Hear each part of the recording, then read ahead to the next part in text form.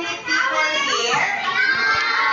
No, because this is the city of Jericho that was entirely closed because they were afraid that the Israelites would attack them. So God spoke to Joshua and told him that he was going to give Israel a victory. Then what happened next? Ano lang siya, ano lang. The Lord